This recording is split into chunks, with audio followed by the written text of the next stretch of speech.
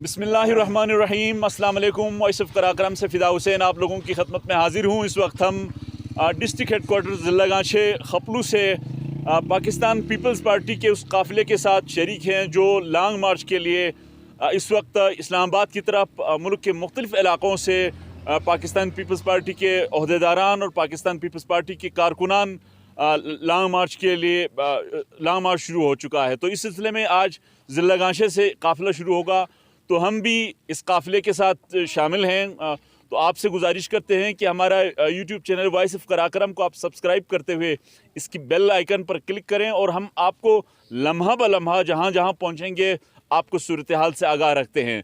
इस वक्त ये रैली यहाँ से बाज़ाबिता शुरू हुआ चाहती है, तो इस वक्त पाकिस्तान पीपल्स पार्टी के जनरल सेक्रेटरी जनाब इंजीनियर मोहम्मद इस्माइल साहब जो हल्का नंबर 3 ज़िला गांचे से मुंतखब रुकन असम्बली हैं और साबिक़ सीनियर वज़ीर मोहम्मद जाफ़र साहब, इनकी सरबराही में ये काफ़िला अभी यहाँ से रवाना होगा। तो इंजीनियर इस्माइल साहब ये बताइए कि क्या मकसद है इस्लाम मार्च का बुनियादी तौर पर? औज़ु बिल्लाहि मिनश शैतानिर रजीम, बिस्मिल्लाहिर्रहमानिर्रहीम। बहुत शुक्रिया आपका।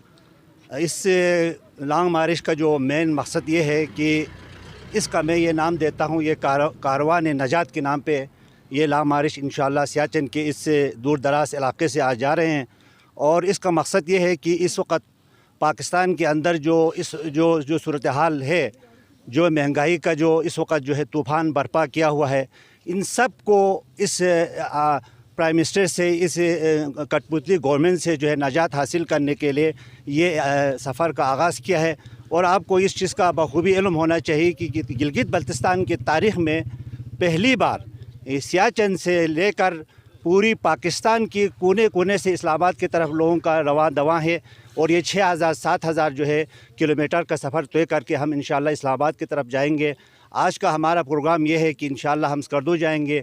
स्कर्दो से जो है 400-500 गाड़ियों के काफ़िले के साथ हम गिलगित की तरफ जाएंगे और गिलगित में इंशाअल्लाह आज हमारे वहाँ स्टे होंगे। कल इंशाअल्लाह हम गिलगित से 11:30-12 बजे के टाइम पर जो है आगे चिलास की तरफ जाएंगे। वहाँ हमारा बहुत बड़ा पावर शो होगा और उसके बाद फिर हम इस्लामाबाद की तरफ रवाना होंगे। ये चूँकि हमारा चेयरमैन बिलावल भुट्टो, आप हम सब को पता इस चीज़ का बखूबी इल्म है कि वो उस गिलगित बल्तिस्तान से उसका गहरा ताल्लुक़ भी रहा है पीपल्स पार्टी का, मोहतरमा बेनज़ीर भुट्टो, जुल्फ़िकार अली भुट्टो, और उनका इस इलाके के साथ बड़ा वाबस्तगी गहरी ताल्लुक़ होने के नाते उन्होंने हमें ये हुक्म दिया कि आप वहाँ के दूर दराज इलाक़ों से अपने नौजवान, अपने वर्करों, अपने यूथ को लेके आए। और इसी सिलसिले चूँकि हमारे यहाँ काम का सीज़न है, जिसकी वजह से हम यहाँ से एक अलामती तौर पर आज हमारे यहाँ 20-25 गाड़ियों पे मुश्तमिल ये कारवान इंशाअल्लाह स्कर्दो की तरफ जाएंगे। और जब हम स्कर्दो से रवाना होंगे इस्लामाबाद पहुँचते हुए इंशाअल्लाह, चूँकि आपको इस चीज़ का बखूबी इल्म है कि तहरीक आदम एतमाद उरूज पर है और इस जो है इस नहुसत गवर्नमेंट से हम इंशाअल्लाह नजात हासिल करके वापस आएंगे। जाफ़र साहब की तरफ जाएंगे। जाफ़र साहब आप बताइए कि तहरीक आदम एतमाद के लिए 2-3 दिन का डेडलाइन दिया है, तो अगर इस दौरान अगर वज़ीर-ए-आज़म के मुस्ताफ़ी होने के कितने चांसेस हैं आपके नज़दीक? बिस्मिल्लाहिर्रहमानिर्रहीम। सिर्फ हम अल्लाह ताला से दुआ करते हैं कि पाक परवरदिगार इस आदमी से, इस मनहूस से, इस यहूदी एजेंट से अल्लाह ताला इस गरीब कौम के ऊपर यह आदमी मुसल्लत है। महंगाई आसमान पर पहुंच गया है, लिहाजा मैं अल्लाह ताला से दुआ करता हूं, आप लोग भी आमीन करें। इस आदमी से हमारे तौर पर हमारे इस पाकिस्तान जमहूरियत ला इलाहा इल्लल्लाह मुहम्मद रसूलुल्लाह के नाम पर यह मुल्क बना है, इस मनहूस आदमी से हमारा जान छुड़ाए इंशाअल्लाह।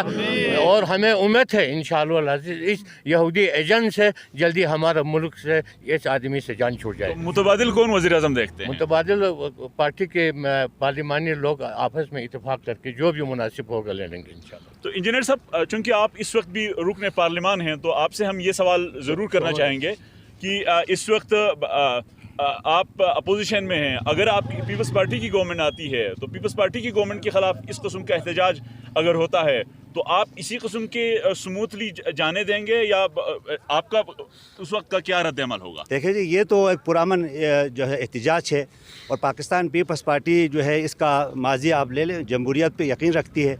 हम और आज भी पाकिस्तान पीपल्स पार्टी देखिए सिंध के अंदर जो है एहतजाज हो रहा है, वहाँ पुरामन तरीक़े से तमाम पार्टियों को ये हक़ हासिल है कि वो एहतजाज करें।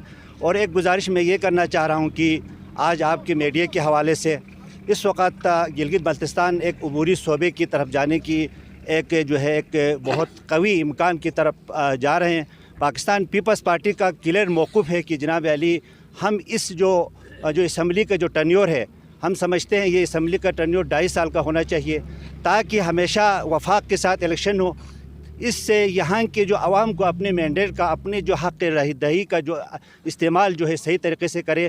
اسی لیے ہم نے اپنا پیپلز پارٹی نے کلیئر طور پر یہ کہا گیا ہے، اگر پاکستان گلگت بلتستان کو آئینی عبوری صوبہ یعنی آئین میں ان کو سپیس دیتا ہے، اور یہ اس وقت چونکہ ایک بہت آخری مراحل میں ہے، تو انشاءاللہ 2023 میں الیکشن بھی ہوں گے، اور مجھے یقین ہے 2023 میں اگر پاکستان کے ساتھ الیکشن ہوتا ہے تو گلگت بلتستان میں پاکستان پیپلز پارٹی کا انشاءاللہ گورنمنٹ آنے کا قوی امکان ہے۔ آخری سوال انجینئر صاحب، چونکہ مجھے اندازہ ہے کہ ہم نے آگے چلنا ہے، وقت کی کمی ہے، لیکن ایک تلخ سوال آپ سے کرتا چلوں، چونکہ آپ جمہوریت پہ یقین رکھتے ہیں، مجھے امید ہے کہ آپ اس سوال کو تنقید کی زمرے میں لینے کی بجائے اس کو تعمیری لے لیں گے کہ اس وقت ضلع گانچھے میں ڈی پی ایس سکول کا معاملہ لٹک گیا ہے۔ کوئی کہہ رہا ہے کہ D P S divisional public school کا کوئی نام و نشان نہیں ہے، کوئی کہتا ہے اس پر آپ کی پارٹی خاموش ہے۔ درجنوں ایسے مسائل ہیں، ڈاکٹروں کا مسئلہ رہا، ہاسپٹل ٹیچروں کا مسئلہ رہا، اس پہ خاموش ہے، لیکن مہنگائی کے خلاف آپ نے جو ملک گیر جو احتجاج کر رہے ہیں، اس سے عام آدمی کو فائدہ کیا ہوگا؟ آپ نے بڑی زبردست سوال کیا۔ یہ جو ہے ڈویژنل پبلک سکول کے حوالے سے، یہ ڈویژنل پبلک سکول یہ ہمارے سالانہ ترقیاتی پروگرام کا ایک حصہ تھا، جس کے لیے 1 کروڑ روپے مختص کیا گیا تھا، اور پرسوں جعفر صاحب اور میں دونوں سیکریٹری ایجوکیشن کے پاس گئے تھے، چیف سیکریٹری کے پاس۔ انہوں نے باقاعدہ اس پر بڑا غوث خوض کرنے کے بعد انہوں نے یہ کہا گیا ہے کہ اپنے ڈپارٹمنٹ کو کہ جناب علی اس کو اس دفعہ سالانہ ترقیاتی پروگرام کا حصہ بنائیں، اور اس ڈویژنل پبلک سکول پہ جو ہے اے ڈی پی کا حصہ بنانے کے بعد آئندہ اس پہ تعمیری کام شروع ہو جائے گا اسی نام سے۔ دوسرا گزارش یہ ہے کہ جناب علی ہمارے بہت سارے مسائل ہیں، آپ صحیح فرما رہے ہیں، چونکہ گلگت بلتستان میں ایک حکومت قائم ہے، اور وہ حکومت بر وقت کوئی فیصلہ نہیں کر سکتا ہے۔ ہم چونکہ ممبر ہے، بطور ممبر ہم کوشش کرتے ہیں ہر ایک کی طرف پاس جائیں، اور جب تک آپ یہاں سڑکوں پہ نہیں آتے ہیں، جب تک آپ احتجاج نہیں کرتے، آپ کے مسائل حل نہیں ہو رہا ہے۔ اسی لیے ہم بھی اس حکومت سے تنگ ہیں، چونکہ ان کو ماضی میں کبھی انہوں نے اس طرح کی گلگت بلتستان کے اسٹیٹ کے ساتھ ایک حکومت کرنے کا تجربہ موجود نہیں ہے، اور اپنی اصلاحات کے ساتھ اپنی لوگوں کو جو ڈیلیور کرنے کا ایک جو بہترین وسیع تجربہ ہونا چاہیے، وہ نہ ہونے کی وجہ سے یہ مسائل پیدا ہو رہے ہیں، جس کی وجہ سے ہمارے لوگوں کو سڑکوں پہ بھی آنا بہت سارے مسائل آپ فرما رہے ہیں۔ یہ ہاسپٹل کا مسئلہ ہے، ڈاکٹروں کا مسئلہ ہے، یہاں پہ ایجوکیشن کا مسئلہ ہے، اور ہم جو اپنی بساط کے مطابق اپنے وسائل بحیثیت ممبر اسمبلی کے اندر جو ہے نا بھرپور طریقے سے اس کی آواز اٹھا رہے ہیں، اور ہمیں بھی اس میں بڑی شرمندگی اٹھانی پڑتی ہے جب ہمارے لوگ یہاں گانچھے کے سڑکوں پہ ہوتا ہے یا اچھا جناب علی دھرنے کی شکل میں آتا ہے، تو ہمیں بڑی تکلیف ہوتی ہے۔